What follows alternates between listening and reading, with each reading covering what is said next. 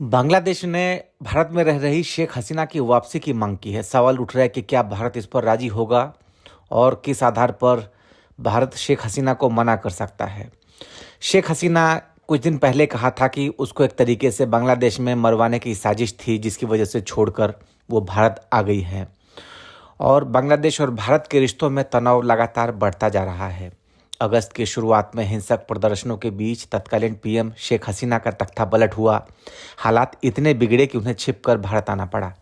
अब वहां अंतरिम सरकार है जो देश की स्थिति सुधारने से ज़्यादा इस बात पर ध्यान दे रही है कि कैसे हसीना को वापस बुलाया जाए। इसके लिए वो भारत सरकार पर लगातार राजनयिक दबाव भी बना रही है। यहाँ तक कि ढाका स्थित ट्रिब्यूनल ने इंटरपोल से उनकी गिरफ्तारी की मांग कर डाली। ऐसे में हम आपको बताते हैं कि भारत के पास क्या रास्ते बचते हैं। मोहम्मद यूनुस सरकार में विदेश मंत्रालय के सलाहकार डॉक्टर तौहीद हुसैन ने 23 दिसंबर को ये मांग रखी।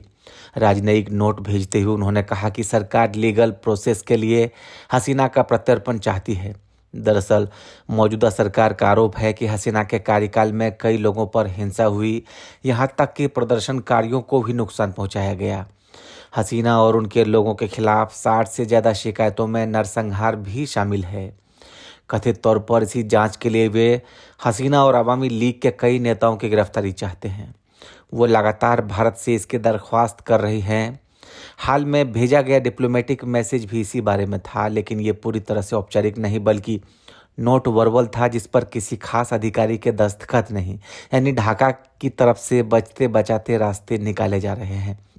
नरसंहार जैसे गंभीर आरोपों के बीच ढाका हसीना को हिरासत में लेने के लिए कई काम कर रहा है।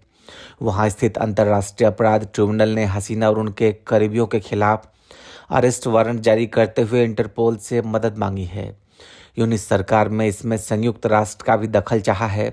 इधर भारत पर वो लगातार प्रेशर बना ही रहा है। इस बात को 5 महीने हो चुके हैं।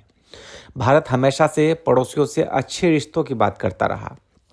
बांग्लादेश भी इसमें शामिल है। नेवर फर्स्ट की पॉलिसी के तहत भारत ने लगातार उसकी सहायता की, लेकिन फिलहाल मसला अलग है। ढाका की अंतरिम सरकार के तेवर शुरुआत से ही नई दिल्ली के खिलाफ दिखे। अब वो घरेलू मामले में भारत को घसीटना चाहता है। अब तक देश ने इस पर कोई कड़ी टिप्पणी नहीं की, लेकिन अगर प्रत्यर्पण की बात कानूनी रूप ले ले और आपराधिक मामलों की जांच की बात चले तो दिल्ली के पास सवाल उठता है कि क्या कुछ विकल्प होंगे। फिलहाल शेख हसीना को दिल्ली के बाहरी इलाके में एक सेफ हाउस में कड़ी सुरक्षा के बीच रखा गया है। उनसे किसी को भी मिलने की इजाज़त नहीं है। जर्मन मीडिया DW की रिपोर्ट के मुताबिक शेख हसीना की बेटी साइमा वाजेद, जो WHO की निदेशक के पद पर काम करती हैं, वो भी उनसे मिलने में असमर्थ रही हैं। ऐसे में दोनों देशों के बीच 2013 से प्रत्यर्पण संधि है। प्रत्यर्पण संधि के मुताबिक बांग्लादेश और भारत एक दूसरे के अपराधी सौंपने पड़ते हैं। इसमें प्रावधान है कि अगर किसी व्यक्ति ने ऐसा अपराध किया है जो कम से कम 1 साल की सजा का प्रावधान है तो उसे प्रत्यर्पित किया जाएगा। संधि में लिखा है कि अगर किसी व्यक्ति ने राजनीतिक स्वरूप का कोई अपराध किया है तो उसके प्रत्यर्पण से इनकार भी नहीं किया जा सकता है। हालांकि हत्या, नरसंहार, अपहरण जैसे अपराधों में शामिल किसी व्यक्ति को प्रत्यर्पित करने से इनकार नहीं किया जा सकता।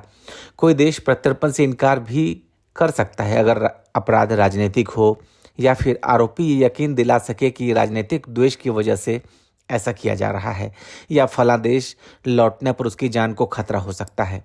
संधि में एक अनुच्छेद ये भी है कि दोनों देशों में ऐसी कोई भी पार्टी नोटिस देकर संधि को खत्म कर सकती है, लेकिन ये एक्सट्रीम स्टेप है जिससे अगर कोई भी एक देश ले तो राजनयिक रिश्ते कमजोर हो सकते हैं। फिलहाल भारत इस मामले में कोई सीधी या कड़ी प्रतिक्रिया नहीं दे रहा है। वैसे भी इन मामलों में काफी वक्त लगता है क्योंकि तकनीकी और कानूनी प्रोसेस धीरे धीरे होता है। हसीना खुद प्रत्यर्पण को अदालती चुनौती दे चुकी हैं और उन्हें लगता है कि जांच पारदर्शी नहीं होगी या फिर इस दौरान उन्हें कोई खतरा हो सकता है।